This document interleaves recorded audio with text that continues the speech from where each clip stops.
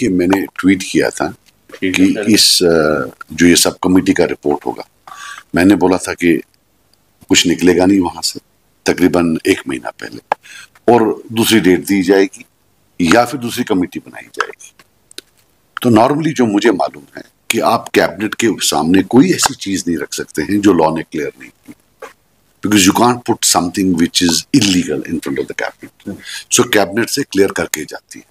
अब ये national conference की हुकूमत है तो ये कुछ भी कर सकते हैं, सो ये कैबिनेट के बाद भी भेज सकते हैं, लेकिन मुझे कोई इसमें जो है I don't think they have a solution. मुझे जो लग रहा है जो उनकी बॉडी लैंग्वेज है वो डिले की, जो उनकी बॉडी लैंग्वेज है वो एम्बिग्यूटी की है, वो एक्शन की नहीं। मुझे नहीं लग रहा है, आई डाउट इट कि ये कोई जो है ऐसी रेजोल्यूशन मुझे नहीं लग रहा।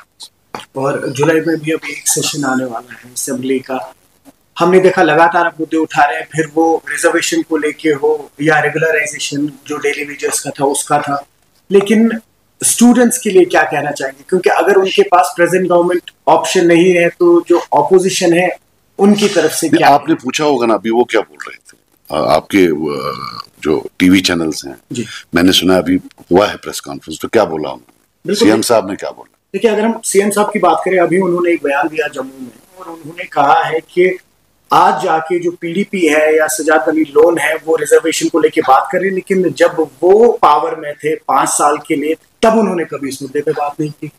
मैं तो 2.5 साल था और सुना और क्या बोले कि अब जो लग रहा है कि उनकी बातों से कि जो ये सारा रिजर्वेशन का प्रॉब्लम है ये इसलिए है कि मैं सरकारी मकान में रहता हूं। सबसे पहली बात उमर साहब को बोलूं कि 2014 में उमर साहब आ रहे सीएम रेजिडेंस में थे, 2022 वो 8 साल किस बेसिस पर थे सीएम रेजिडेंस में? On what basis was it? वो तो दिल्ली में भी 2 साल थे, मरहूम मुफ्ती साहब ने तो निकाला ही नहीं उनको। तो ये जो सेंस ऑफ एंटाइटलमेंट है इनकी, इसकी एक लिमिट है। और फिर इन्होंने उसमें बोला है कि भाई मैं उनके करीब था भाजपा के, ये ड्रामा खत्म। वो लोगों ने देखा कि इलेक्शन के बाद कौन शॉल लेकर गए। निशिकांत दुबे जैसे एक एमपी हैं जो सिर्फ एंटी मुस्लिम स्टेटमेंट्स देते हैं, और उनके साथ तो इनको जाने की जरूरत ही नहीं थी, वो तो गवर्नमेंट का हिस्सा ही नहीं है। उनको भी शाल पहना रहे हैं, मोदी जी को शाल पहना रहे हैं। हम जब असेंबली में होते हैं, यहां से सुनील शर्मा बोलता है एलओपी कि मोदी जी ग्रेट हैं, वहां से उमर साहब बोलता है कि मोदी जी का शुक्रगुजार हूं। अब हमें ये नहीं लगता ये उसका मोदी अच्छा है या इसका मोदी अच्छा है? Does he have no shame? They are bending their back backwards. Vaishno Devi जाकर टीका मार रहे हैं, लाल वो टोपा लगा रहे हैं उनको बोलने के लिए कि भाई हमारा कुछ सुनो, और देन सजाद लोग उनको बोल रहे हैं कि भाई तूने किया, मैंने कुछ नहीं किया है। और वहां से आकर फिर हजरतबाल आकर पहले सफे में खड़े होते हैं। ये तो मैं उन लोगों को बोलता हूं कि अल्लाह के पास उनको जवाब देना होगा, कैसे बैठने देते हैं इनको पहले सफे में वहां से आकर। और जहां तक रिजर्वेशन का आप सुनना है तो सुन लो। रिजर्वेशन का इशू जो है ये गवर्नमेंट ऑफ इंडिया का मामला है और ये बीजेपी का मामला नहीं है। इसमें कांग्रेस और बीजेपी एक साथ पेज पर। इसकी शुरुआत होती है 2002 और 2008 वाली सरकार से। यहां एक कॉन्सेप्ट होता था डिस्ट्रिक्ट वाइज रिक्रूटमेंट। सबसे पहले तब ताराचंद जी इनके शायद डिप्टी चीफ मिनिस्टर थे, ही थ्रू अ फिट कि अगर शेड्यूल कास्ट नहीं है कुपवारा में या बारामूला में तो उसको फिल करने के लिए जम्मू से लाए। तो होता क्या था कि वहां से बंदा आता था, सिलेक्ट होता था, क्योंकि शेड्यूल कास्ट तो यहां है नहीं। जब डिस्ट्रिक्ट रिक्रूटमेंट है तो शेड्यूल कास्ट कैसे ला? जब है नहीं तो ठीक है, यू कांट फोर्स समथिंग। और उसके बाद most of them with post transfer to Jammu. एक तो वहां से लाते थे, फिर पोस्ट भी खा जाते थे जम्मू। This is 2002-2008। फिर शायद आजाद साहब आए, इसी हुकूमत जो है रिजर्वेशन का जो है उन्होंने डिस्ट्रिक्ट रिक्रूटमेंट ही बंद कर दी। पहले क्या होता था, non gazetted post equitably distribute होते थे अक्रॉस डिस्ट्रिक्ट, सबको मिलता था। तो जो रिजर्वेशन का इंपैक्ट था ये डाइल्यूट होता था। इस वक्त भी मैं आज सोल्यूशन बोलता हूं, go back to district recruitment, और जो नॉन गेस्टेड पोस्ट के लिए और गेस्टेड पोस्ट के लिए including KS go for provincial recruitment. Kashmir valley, Jammu province, ये एक और ये दूसरा, राइट। सेंसस होने वाला है on caste, on the basis of caste रखिए, वैलीज में अलग रिक्रूटमेंट कर दिए, वहां से अलग रिक्रूटमेंट करिए, हम सीधे 80% पर आ जाएंगे, 85% पर, बिकॉज वो वाली जगह 80% मैंने प्रूव किया है असेंबली में जो है रिजर्व। ये क्यों नहीं, जो बाकी पार्टी झूठ क्यों बोल रही है? विद इन कश्मीर कोई प्रॉब्लम नहीं, 90% ऑफ योर प्रॉब्लम और 80% of your problem is because 80% of Jammu is reserve. That is the whole problem, that is the whole issue. और इसमें to be very honest with you, चाहे पीडीपी है, चाहे कांग्रेस है, चाहे भाजपा है और चाहे नेशनल कॉन्फ्रेंस है, इन्होंने उनको फैसिलिटेट किया है आज की इस रिजर्वेशन केस में। मेरे 2.5 साल हैं, 2.5 साल में बंदा कितना ही कर सकता है? आप ही बताइए, आप ही बताइए कितना कर सकता है? 2.5 साल में मैं कितनी बर्बादी कर सकता हूँ, आप वो बताइए। हमारे वक्त हमने पहाड़ी जो है वो किया था 2% और इकोनॉमिकली वीक सेक्शन किया था और वो रिजेक्ट किया तब के गवर्नर साहब, उनने बोला ये अनकॉन्स्टिट्यूशनल है।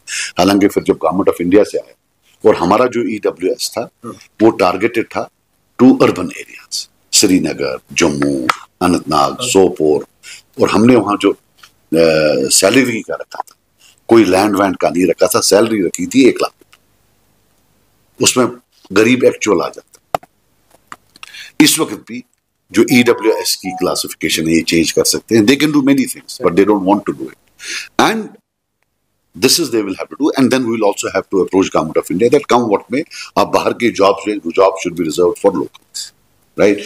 So there is provincial based, district based, आप वो लाइए, आप देखिए हमारा 90% प्रॉब्लम रिजॉल्व हो रहा है। अभी ST देखिए, आप देखिए वो कश्मीर से कितने ST आते हैं, नॉट इवन 5%, 95% वहां से आ रहे हैं। शेड्यूल कास्ट सारे 100% वहां से आ रहे हैं, OBC 99% वहां से आ रहे हैं, ALC 99% वहां से आ रहे हैं, EWS 99% वहां से आ रहे हैं।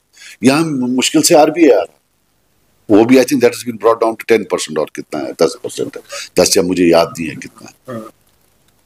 So this is the theory of your reservations and a proposed resolution. अब ये बताएंगे क्या करने वाले। बस एक आखिरी सवाल, जैसा आपने खुद भी कहा और कोर्ट भी यही कह रहे हैं कि जब तक कास्ट सेंसस नहीं होगा तब तक किस बेस पे ये लोग रैशनलाइजेशन ऑफ रिजर्वेशन की बात कर रहे हैं? They can go for district 1 easily and provincial 1. They can easily go for it.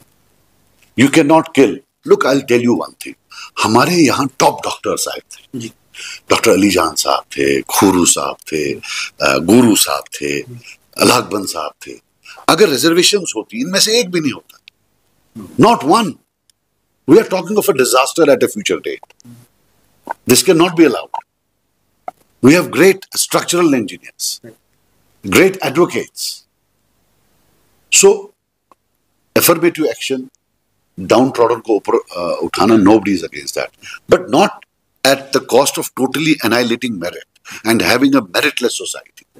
And that too, उसमें भी क्या हो रहा है कि आप जम्मू का जो देखिए होता है, I will tell you how it works. जैसे शेड्यूल कास्ट है वो सारा उधर है, 8% of J&K translates into 16 to 20% of Jammu. You have to look, जो मैंने असेंबली में डेटा दिया था, you have to under, अब OBC है वो 90% वहां है, 6% है, 90% मींस 11% हो गया ऑफ जम्मू। EWS ST वो भी ज्यादा वहां है, सो इट एड्स अप। अब ALC है वो 4% है, वो 2 गांव यहाँ है, 400 गांव वहां है, तो वो भी वो 8% हो जाता है वहां का। So what happens is that you are adding up, ये डबल हो जाते हैं, because most of the categories don't exist here, but you have to still pay for them in terms of reservation. So you can't borrow the demographic makeup of Jammu and thrust it down the throats of Kashmiri speaking people. You cannot do it.